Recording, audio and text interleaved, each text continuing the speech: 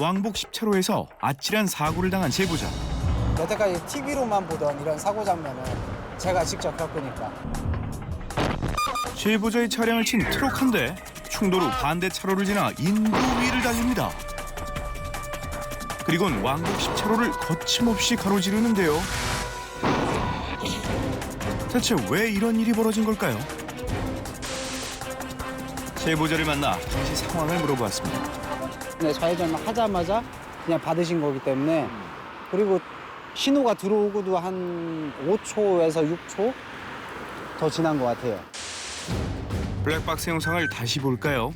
좌회전 신호를 받고 출발한 제보자. 그런데 여기서 1차 사고 후에 차선을 넘어오셔갖고 여기 2차선으로 가던 스타렉스를 뒤를 받으시고 인도로 넘어오셔갖고 여기 벽을 다 받으시고요. 아, 저 벽이요? 저 벽? 네, 여기 벽 다 부셔졌잖아요. 사고는 여기서 끝난 게 아니었습니다. 여기서 쓰셨으면 괜찮은데 안 쓰고 이제 인도를 통과해서 이쪽으로 넘어가고 5등 이제 산타페 차량을 받고 다시 이제 차선을 넘어가고 반대편까지 날아갔죠. 트럭의 위험한 질주는 도로 난간과 충돌한 뒤에 끝이 났는데요. 인도와 차도 곳곳에 흔적을 남긴 트럭. 대체 트럭 운전자는 왜 멈추지 않고 10차로를 질주한 걸까요? 처음에는 음주나 아니면은 몸에 이상이 있으셨나 그런 생각을 했거든요.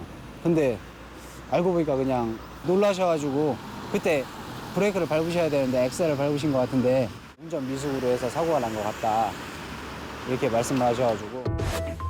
제보자 차량과 충돌 후 당황해서 페달을 제대로 밟지 못했다는 겁니다. 실제 뭐 어떤 차량의 시스템 문제다. 아니면 이게 뭐 브레이크 페달하고 가속 페달의 거리나 유격의 문제다 이렇게 볼 수 있는 게 아니고요. 어떤 충돌 시에는 몸의 위치가 좀 틀어지거든요. 예를 들면 왼쪽으로 좀 밀렸다든지 오른쪽으로 이렇게 밀렸다고 하면은 그 위치에서 본인은 브레이크 페달 위치라고 생각하는 데를 밟는 거죠. 근데 쿵 사고가 나면서 몸이 오른쪽으로 확 밀렸어요. 이쯤이 브레이크 페달인데 라고 밟았을 때 그 위치에 가속 페달이 있을 수 있는 거죠. 예상치 못한 순간 발생하는 치명적인 교통사고. 운전자가 절대로 가져서는 안 되는 마음가짐 때문에 사고가 발생하기도 합니다. 하지만 운전자가 조금만 마음을 바꾼다면 일어나지 않을 수도 있는 사고들. 혹시 여러분은 이런 마음 갖고 있지 않으십니까? 상대방의 급한 마음 때문에 사고를 당했다는 제보자. 사고 지점이 어디예요? 정확하게 바로 저 꼭지점이 있는 그 부분입니다. 모서리 네, 부분이요? 맞습니다. 흰색으로 된 그 부분. 사고 지점은 바로 분기점이었는데요. 어떤 사고를 당한 걸까요? 사고 내용을 블랙박스를 보고 나서야 알았어요. 그전에는 그 차량을 볼 수가 없었기 때문에 이유를 알 수가 없었죠. 도로에 차량이 적어서 그런 사고가 날 줄은 몰랐다는데요. 갑자기 좌측에서 승용차 한 대가 빠른 속도로 달려듭니다. 대체 어떻게 된 일일까요? 블랙박스 영상을 다시 보시죠. 이 차로에서 주행하던 상대 차량이 갑자기 세 개의 차로를 한 번에 변경하다가 사고가 난 겁니다.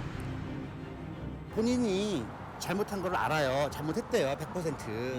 그러니까 차선 변경을 급하게 해가지고서 제 차를 못 보고서 가격을 했기 때문에 모든 상황을 다 인정을 하죠. 이 분기점으로 들어가기 위해 급하게 방향을 튼 상대 차량. 하지만 그때 이곳을 지나던 제보자의 차량을 들이받고 말았습니다. 다행히 크게 다치진 않았지만 자칫했으면 큰일 날 뻔했다는데요. 지금 보시게 되면 경사가 되어 있거든요. 조금만 세게 가격당하거나 혹은 제 차가 좀 작았거나 그랬으면은 전복될 수도 있는 상황이었어요. 조금만 돌아가면 될 일을 그냥 1, 2분 앞길러다 보니까 그런 사고가 일어난 거예요. 조금 더 빨리 가려다가 다른 사람의 안전을 위협하는 잘못된 운전 습관. 급차로 변경에 대해 좀 더 알아보겠습니다. 이번엔 고속도로입니다. 1차로에 있던 제보자 차량으로 달려드는 트럭 한 대. 충돌은 불가피했는데요. 3차선에 있던 흡부 차량이 바로 1차선 쪽으로 가로질러서 들어와가지고 갑작스런 사고였던 만큼 피해도 컸습니다.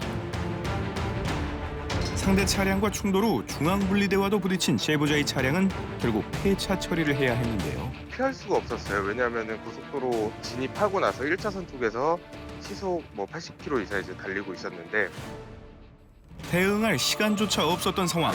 제보자를 위험에 빠뜨린 트럭은 고속도로 작업 차량이었는데요.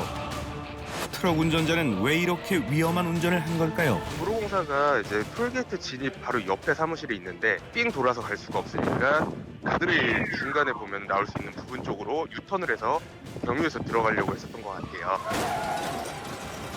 오로지 빨리 가고자 하는 마음에 상대방을 생각하지 않은 겁니다. 게다가 그 사고 당시에 핸들에 가슴을 부딪혀가지고 가슴 쪽에 이제 타박상이 있었고 그 손가락 골절된 부분 치료를 계속 받고 있는 상황이고요. 보신 것처럼 급차로 변경은 너무 위험한 운전 방법이죠. 그런데 왜 운전자들은 이렇게 위협적인 운전을 멈추지 못하는 걸까요?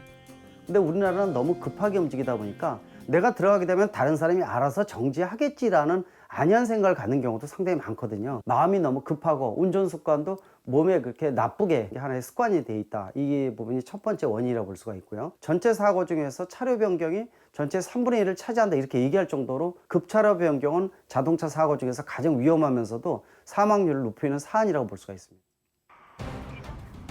천천히 차로를 변경해도 충분한데 운전자들이 갖는 급한 마음가짐이 결국 큰 사고를 일으키는 겁니다.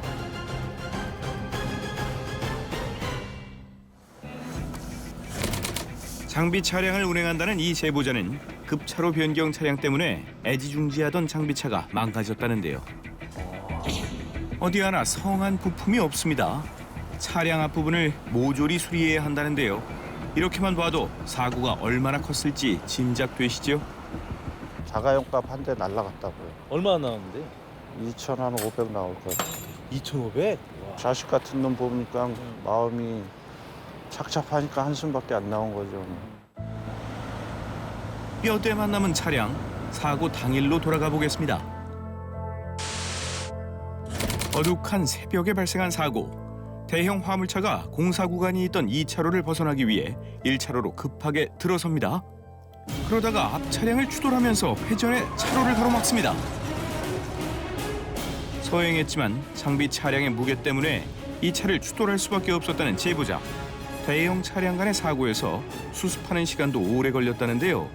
더 큰 문제는 이게 장비다 보니까 보험상으로도 자차라는 게 없어요. 자차라는 걸 들어주지도 않고 출고한 지도 한 2달 보름밖에 안 됐고 그러다 보니까 제 손실은 제가 다 안아야 되는 거예요, 결론적으로. 그러면 차량 손실비가 지금 수리비만 해도 2천만 원이 넘게 들어가요.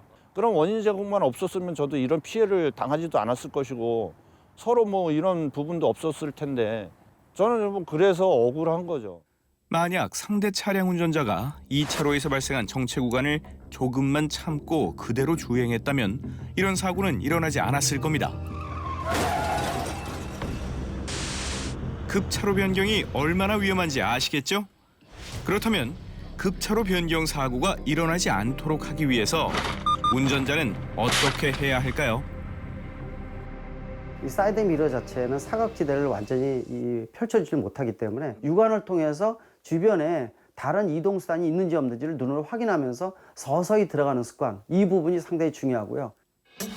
그래서 해외에서는 운전면허를 취득할 때 숄더 체크를 필수로 가르친다는데요. 운전자의 두 눈이 사각지대를 보완해 사고 위험을 줄여준다고 합니다. 이 진출입리를 놓치더라도 차로 자체가 워낙 잘 뚫려 있기 때문에 그 다음 차로에서 빠져나가면 됩니다. 물론 5분, 10분 차이가 있지만 그거 큰 문제 되는 건 아니거든요. 급할 거 없습니다. 일단 운전 습관 자체를 여유 있게 이 급자를 어떻게 떼내는 것이 가장 중요한 운전 방법이라고 볼 수가 있습니다. 급하더라도 조금 늦었어도 나와 다른 사람의 안전을 생각해서 여유를 가지고 운전하는 습관을 길러주세요. 급한 운전은 절대 금물입니다.